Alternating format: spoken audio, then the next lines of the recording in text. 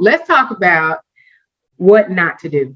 Okay, so let's talk about what not to do.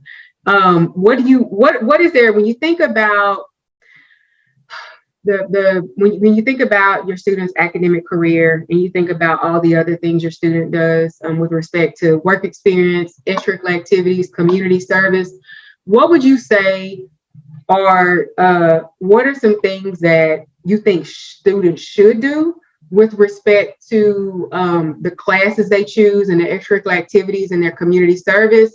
And what are some things that they should not do? So give me do's and don'ts of classes and activities. All right, Andrew and Bridget Bolden.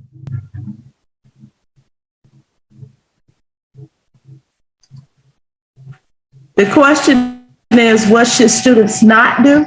Yeah, like not or to do or not to do. You can take whichever end of that question you'd like.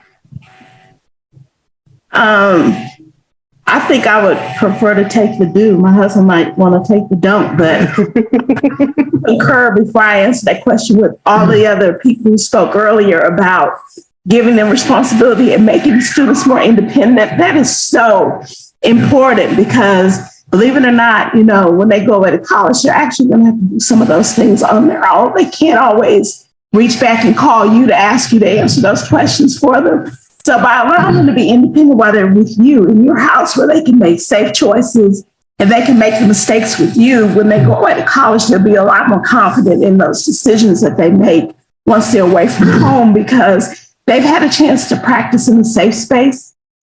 I concur with what everybody was saying, but I would say if I was going to talk about things to do is maybe to teach them to use a calendar and to be to write things down and to be organized.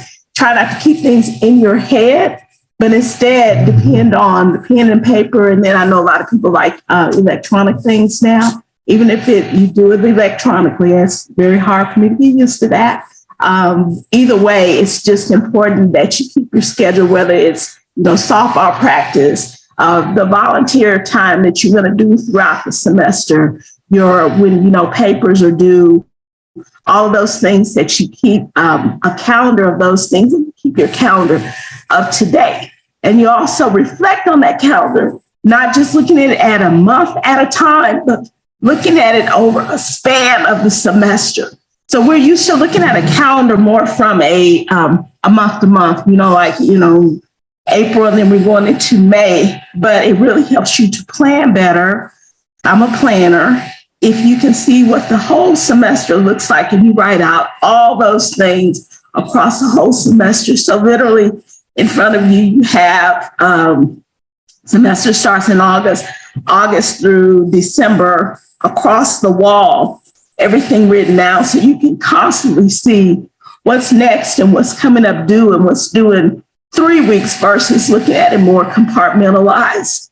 To me, helps to help the student to really kind of grasp what the whole semester is going to look like, what they're responsible for, where they have, periods where they have downtime and they can actually fill in activities like the volunteer stuff they need to get done, getting their applications in on time, their paperwork, getting their essays completed early enough so that they have some downtime and they're not rushing to the end.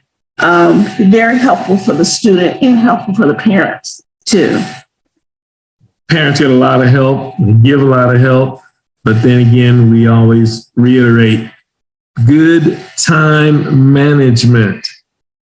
And you can capitalize or take one example where something didn't happen.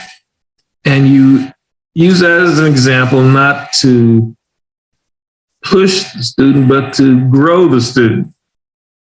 If this were done this way, what would be the outcome? Versus, what we've just experienced. If we'd done it a different way, what would the outcome be? Then you say, look, and the don'ts. Well, I remember Andrew was out on a volunteer event where he was handing out water. It was a hot day, but hey, he found a shady spot, positioned himself. He and I think two other members of the group, and they got through it. I said, oh, you figured it out. Yes, but you got something done too. Reinforce what they've done to help them prepare for the next opportunity. And gosh, definitely, that's a don't that it'll turn out positive. But you want also anything that may have caused some difficulty, let's analyze it. Let's talk about it. Let's see other options. What are other options we could have used to get through what we wanted to do? Thank you, Andrew and Bridget.